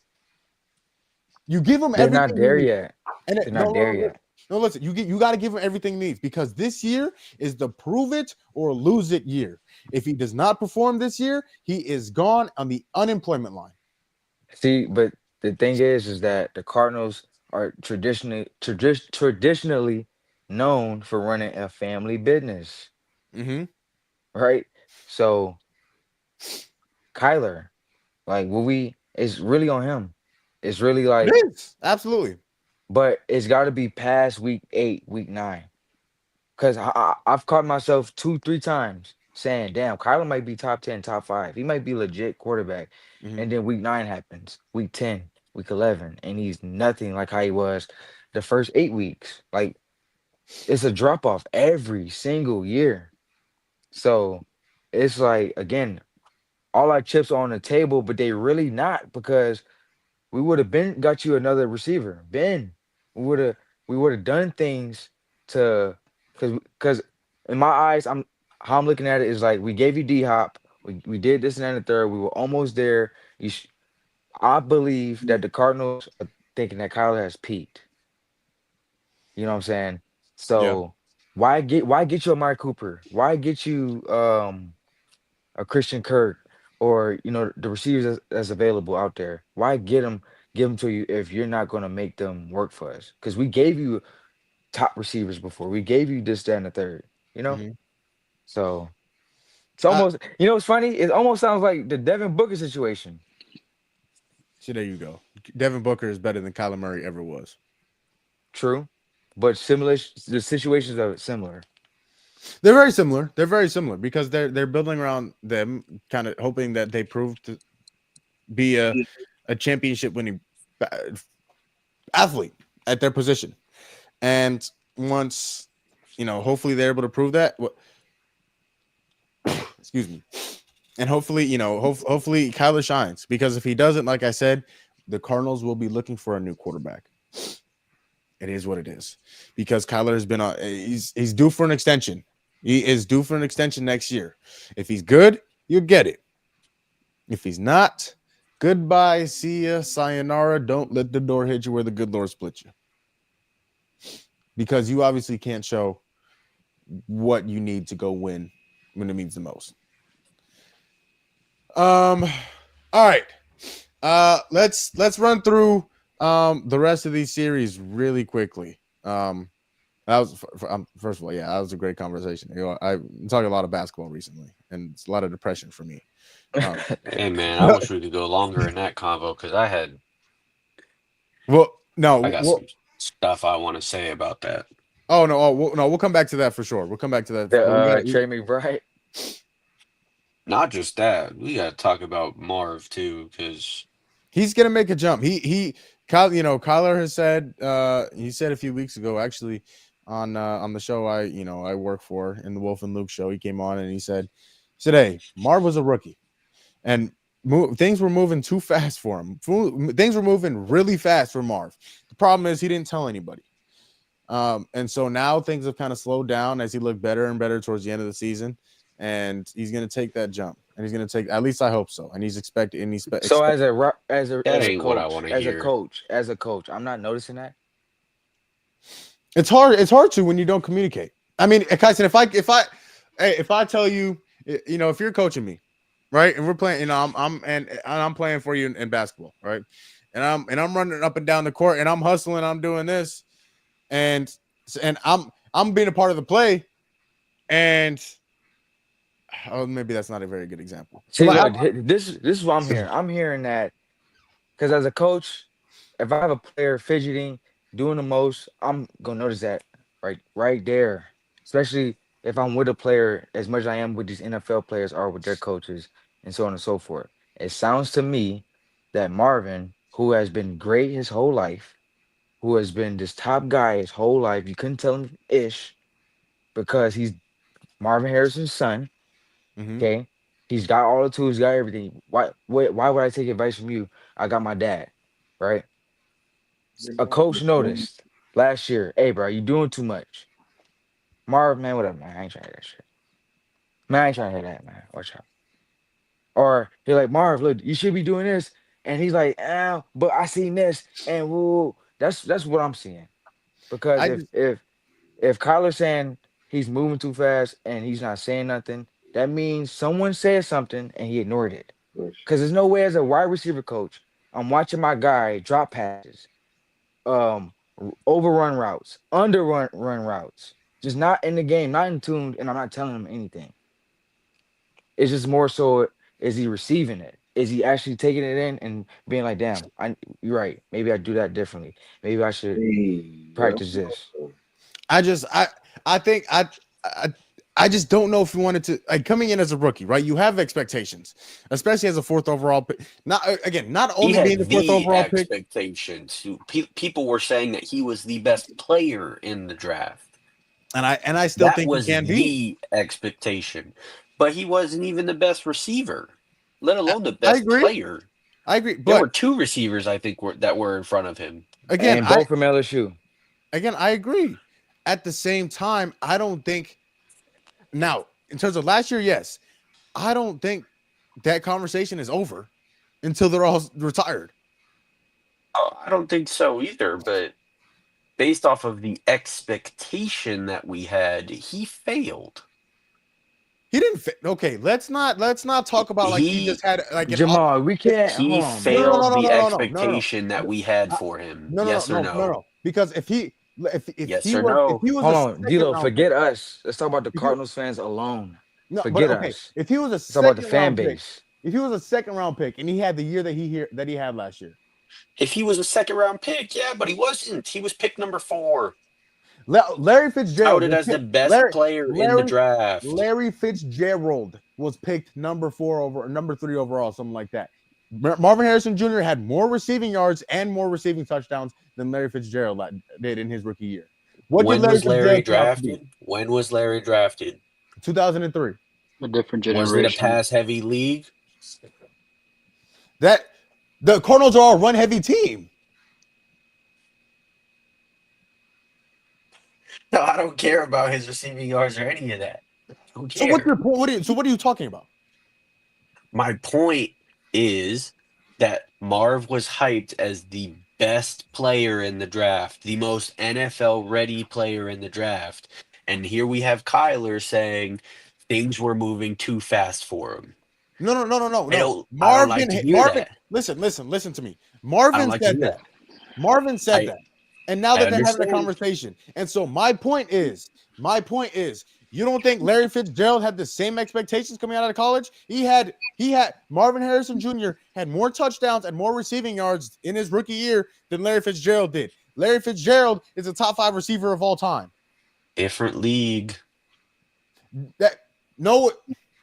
David. Then why would you Different take a receiver league. third overall if it's such a different league? Why would you take a wide receiver third overall if it's such a run heavy league? Do they run more I now need you to than answer they the did question. back I need then? you to answer the question. Answer the question. Did they run more now than they did Answer back the then? question. How are you gonna answer my question? Repeat your question. Why, if it's such a run heavy league, why would you take a wide receiver third overall in the entire draft? Best player available? No. I don't care if he was the best player available. You have the third overall pick, and it's such a run heavy league. Why aren't you taking an offensive lineman or a running back? Oh, didn't Randy Moss go top 3 too? I'm not sure when Randy Moss was drafted, but that's what I'm. I'm pretty sure Randy Moss went top, was a top pick too. But that's I what I'm also saying. don't know why we're trying to pull this conversation to Larry. I don't understand why we're doing that. Because you're not understanding. Larry Fitzgerald was a top 3 pick. Mm-hmm. Was a top 3 pick. You didn't think he had expectations? Hold on, wait. Hold on. Okay. He probably did. I wasn't alive then. What do you want from me? What's the opportunity? Wait, the opportunity Marv got. Jamal, I was the 1. opportunity you were alive. Larry got. I was 1 year old. You think I'm watching Larry Fitzgerald at 1 while I'm eating baby food? I'm not doing that. To my point. The real fans do. As to my point. I'm not a real Cardinals fan. To my point. You don't think Larry Fitzgerald had expectations? You think people were saying we're disappointed in Larry Fitzgerald for getting 850 receiving yards? Yeah, but he became one of the best receivers of all time. The opportunity Larry was getting and the opportunity Marv was getting, which we're trying to explain to you, were different. We're passing way more in today's league. We're not saying the expectations weren't there. That's the point we're trying to make. The expectations were there and he didn't reach them. Not even close. He had a great year. Well, he had a great year for rookie standards. Yes, he didn't have a great year for the expectation level. Not everybody can be Jamar Chase and Justin Jefferson. D-Lo, we all live in Arizona, right? How many people thought drafting Marvin was going to be equivalent to the Bengals drafting Jamar Chase? How many? Everyone in Arizona heavy percentage of Cardinals fans alone thought that this dude was going to be Jamar Chase Jr. Literally, right or wrong. Jamar Chase had a ridiculous rookie year. How many receivers have had a rookie year like that? So before the season, you didn't think Marv was going to be anywhere near that? Anywhere? My expectations for Marv, honestly, now, again, he fell short of my but I wasn't expecting him to get 1,500 yards in his rookie year. I wasn't. I'm not saying but that. I'm saying a spectacular year was expected. A Malik Neighbors type of year was expected. I wasn't expecting 8 touchdowns. I was expecting him to be the best rookie wide receiver, and he wasn't. That's what I was expecting. So he failed when it came to that expectation. Right, because y'all wouldn't have drafted him. Y'all wouldn't have drafted him 4th. If y'all didn't think that. Again, I think you guys are cutting him off too quickly. I'm not cutting him off. I think he's going to have a great year. I'm just saying that based off of last year, he failed expectation. And you can agree to that. He failed my personal expectation. Everyone. He failed everyone's expectation. But people are saying that he had a bad year. That's not a bad year. He had a fine year. He was the wide receiver 1. Yeah, as he should be. He had a fine year. He should have had a wide receiver 1 level year. They're not. Brian Thomas was not wide receiver 1 in Jacksonville. That just happened. That just sort of happened. No. At the beginning of the year, it was Christian Kirk, and it was what's his face, Gabriel Davis. Brian Thomas was wide receiver 3. He rose up, and then that's all they had was him. and he showed he can produce, Mhm. right? Way less. Jaguars have way less than what y'all got. Marv wasn't even close to Brian Thomas last year. You know what? I'm glad you brought that point up. I'm glad you brought that up. I'm very glad you brought that up. At number one receiver, you think who do you think gets the most attention? You said who was the number one receiver for the Jags last year to start the season? Christian Kirk. Jamal, Christian that Kirk. is my Hold on, point. hold on, That's hold my on, whole hold on, point. hold on. So you're telling me Marvin Harrison was getting doubled from week 1. He was getting doubled from week 1. Brian Thomas Jr. didn't start. He didn't even become the primary option until they left London. The Bills in the first game against the Bills, 5-yard out, or it was a 5-yard out drop, right? So they're like, shit, let's get him involved. They threw him a smoke screen, one doubled, he get like 3 yards, boom, he don't touch the ball rest of the game. He was not getting doubled, bro. Who wasn't? Stop that, bro. Who wasn't? First game, the Bills doubled Marvin Harrison. You're saying that? Every possession, the No, Bills they played didn't. something. They did, bro. He just can't create separation. No, listen. Because they weren't playing man. The Bills were playing cloud coverage. Now, I will happily explain what cloud coverage is. Man, we ain't finna do all that, bro. We ain't finna do all that. The point of the matter, the point I'm trying to make, you trying to get way off track. The point of the fact is that Marvin Harrison was the wide receiver 1. He don't have anyone else next to him besides Trey McBride, who only run hitches and curls. Every time. The Bills were again. Listen, a lot of the teams were playing cloud, which means the corner that you are looking directly into, he's not even playing you, man. He's not even playing because as soon as you go by him, he sits in that little flat. He sits in the flat. The safety comes over the top and makes sure that Marvin Harrison doesn't get the ball. So he's the only receiver that gets covered like that? Everyone? In the league? Let me double down. Is he the only rookie receiver that got guarded like that last year? Yes or no? No. That was every player. Stop. Yes. Stop the delusion, bro. Stop. Malik Neighbors wasn't getting guarded like that. Malik Neighbors was not getting defended like that. He was the only player they had. He was not getting defended like that. Malik Neighbors also was running different routes than Marv. Bro. Listen, Marv, bro. We're not getting nowhere. We're not getting nowhere, bro. We're not. Listen, Marv was running either a streak or a deep curl. That was it. Ooh. So of course he's gonna hit all of those safeties up there because everybody was running a too high safety. Everybody was doing it. So of course he's gonna hit that double coverage. Who is gonna happen? Who is? If anything, I put that on Coach. Coach should be drawing better. You don't got the personnel to create the separation in between all of that to get Marvin past safeties. So there's all eyes on him because we got Michael Wilson running a 10-yard out, and he ain't. I'm not worried about him catching the ball. I'm worried about Marvin catching this 20-yard, 30-yard bomb and taking it to the crib. That's my point I'm trying to make, Jamal. I need one more. That's all I'm saying. He's gonna get listen. If he's gonna get 1,100 yards. He's gonna get at least 1,100 yards this year. You count on that. Listen, and if he doesn't, we're gonna have some combos. Yeah, if he don't, it's gonna be a problem. I ain't gonna lie. Listen, I'm expecting at least 1,100 yards and 10 touchdowns, and if he doesn't, 10 touchdowns is a high expectation. Oh, he's not. He had 8 last year. Because it was a really good year. You don't think he's good for 2 more? No, I think he's going to get around the same number, 7 or 8. I think he's just going to have more yards. Yeah. I think on a prove it year for Kyler, huh?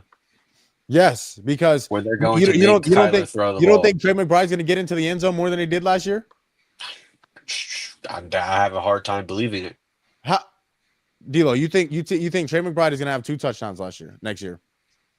I have a hard time believing it. They couldn't find a way to get him in the end zone for 16 games. Yes or no, Trey McBride will have more than 2 touchdowns next year?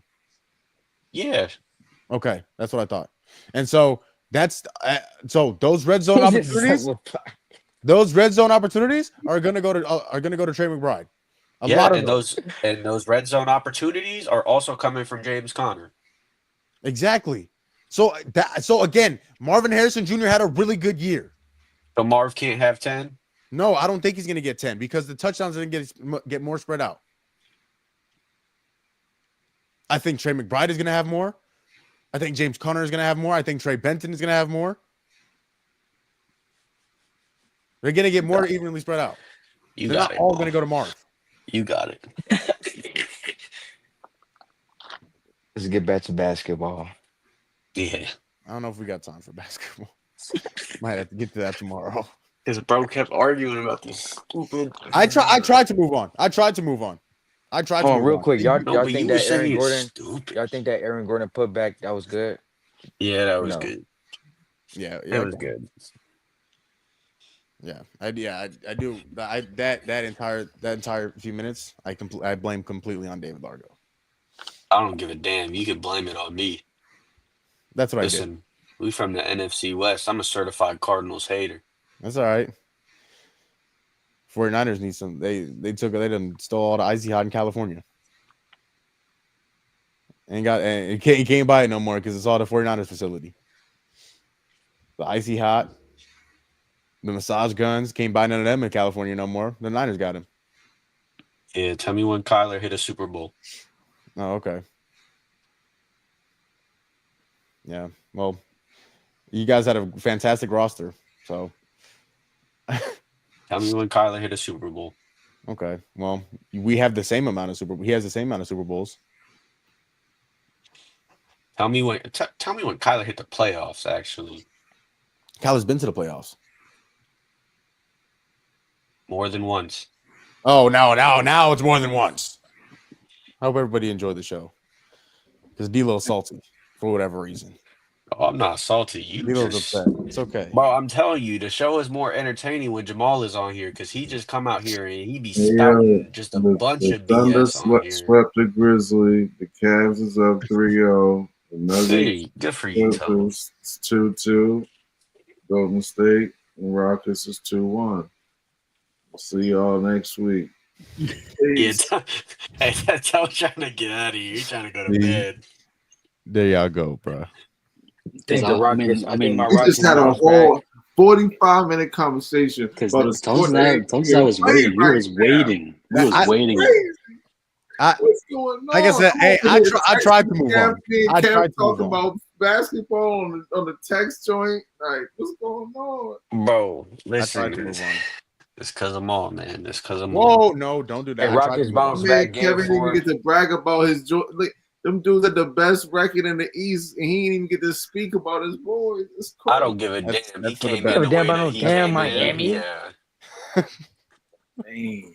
Miami? Yeah, I tried. Come on, man. Kev. Sweep I them. tried, bro. Y'all, You know what I'm saying? Kevin need to be Fist bump, watching bro. this Fist bump. Indiana series. Fist bump, Kev.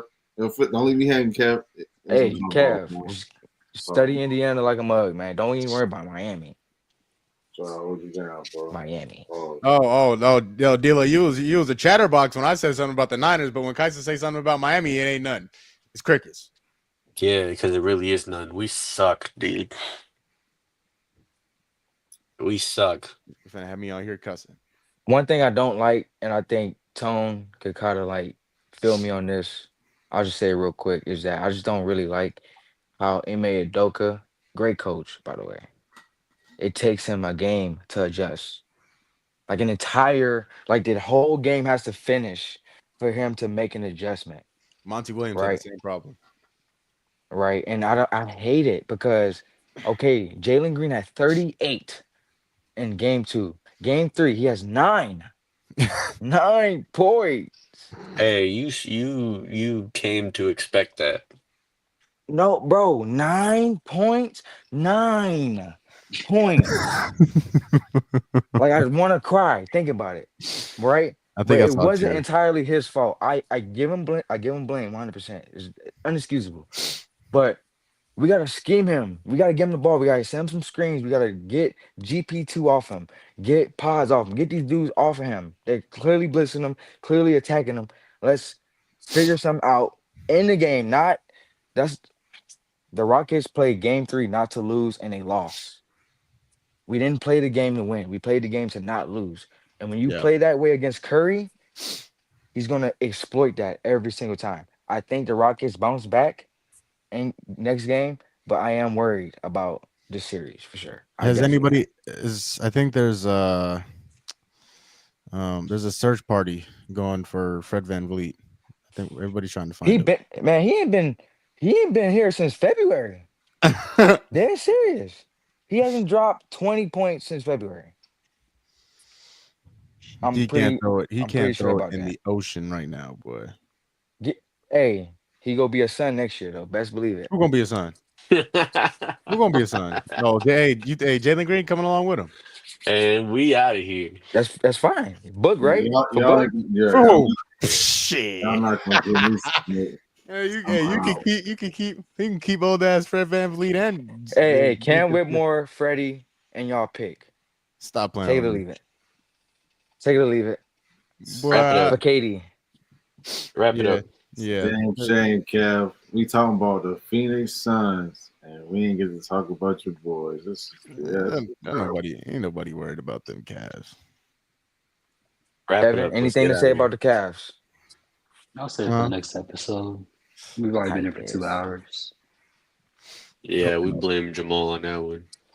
See, there you go. See, hey, like I said, I tried to move on, D-Lo. You talking about I had a lot more to say about this topic. Oh, I did. I still have a lot to say about that topic, but Yeah, see, you got started. That was on you.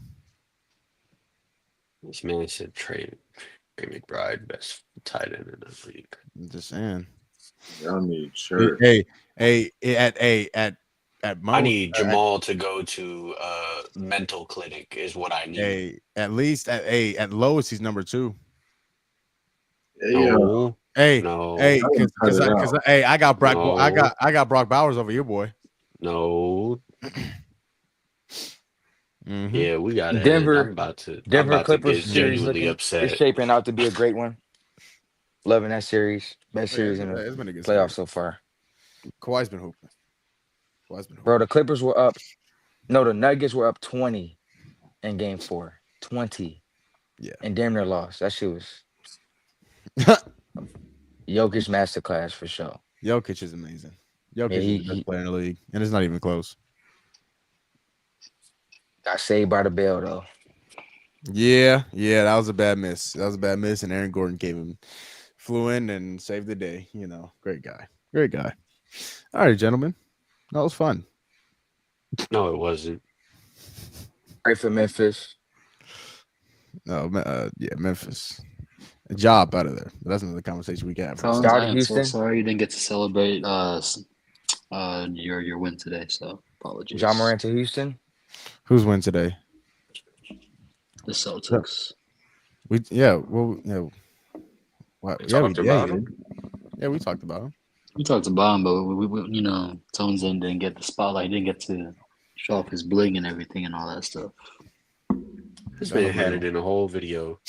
As I said, he got the hat on, he got the chain on, he got Tone the is drowsy. jersey in the We back. gotta wrap it up. Tone is falling asleep. Tone been drowsy since about 7:30. So I ain't.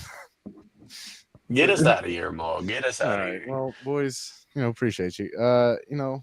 It's gonna be back. It's gonna be back on here chatting, with the fellas. We back tomorrow. We back Tuesday. When we back?